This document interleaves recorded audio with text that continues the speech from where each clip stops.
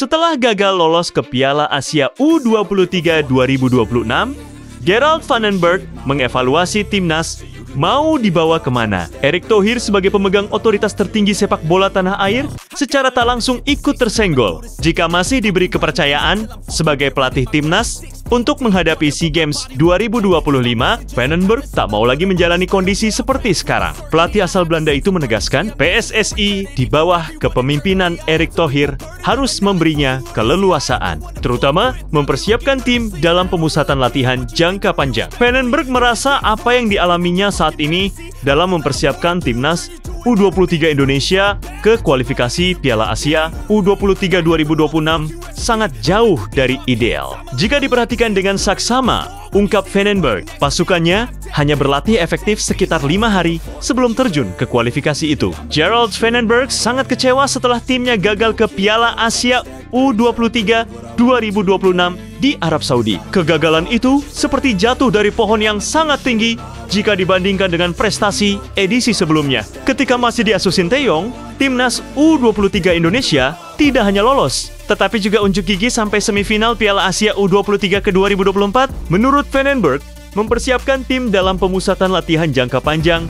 adalah kunci utamanya. Tanpa itu, jangan bermimpi timnas bisa memetik prestasi terbaik di event berikutnya. SEA Games 2025 di Thailand, 9-20 Desember adalah agenda terdekat Garuda Muda. Untuk program ke SEA Games, kalau misalnya kita hanya mendapatkan program seperti sekarang, yaitu cuma seminggu berlatih untuk menghadapi turnamen, mungkin hasilnya akan sama. Jadi, ini memang suatu hal yang tidak bisa persiapan mepet, tegas Vandenberg di Sidoarjo, Jawa Timur. Pada edisi sebelumnya SEA Games 2023 di Kamboja, Indonesia meraih medali emas alias juara cabang sepak bola putra. Tim yang ketika itu dilatih Indras Jafri menang 5-2 atas Thailand dalam final hingga perpanjangan waktu. Sejak penyisian grup sampai semifinal, Garuda Muda sangat perkasa, menjadi tim paling produktif dan minim kebobolan. Di penyisian grup, Indonesia menang 3-0 atas Filipina, 5-0 kontra Myanmar, lalu 3-0 melawan Timor Leste, dan 2-1 versus Kamboja. Bertemu Vietnam di semifinal,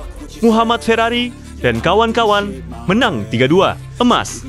Di SEA Games 2023 itu merupakan pencapaian pertama kalinya bagi Indonesia sejak 2001, ketika tim yang tampil bukan lagi dari level senior. Pentingnya pemusatan latihan jangka panjang untuk SEA Games itu menggiring Gerald Vandenberg untuk membandingkannya dengan timnas U17 Indonesia asuhan Nova Arianto sebagai persiapan menuju Piala Dunia U17 2025 di Qatar. Nova mendapatkan pemusatan latihan panjang dari PSSI. Setelah di Bali dan Medan, kini tim berjuluk Garuda Asia itu sedang memasuki pemusatan latihan di Bulgaria. Bandingkan dengan timnas U-17 yang mendapatkan waktu 1 tahun berlatih bersama untuk lolos ke Piala Dunia U17 2025. Tandas Harald Vandenberg, Nova Arianto dan pasukannya berada di Bulgaria selama 2 pekan. The first to the 14th of September 2025.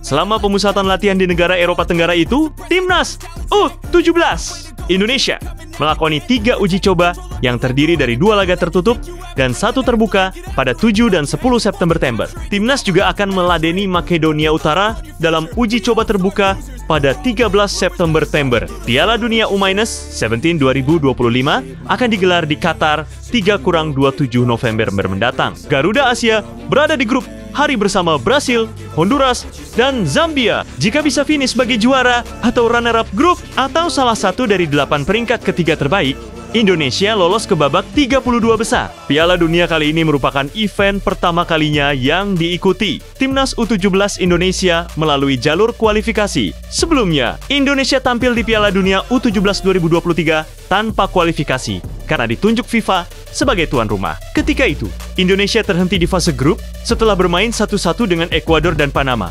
lalu ditekuk Maroko 3-1.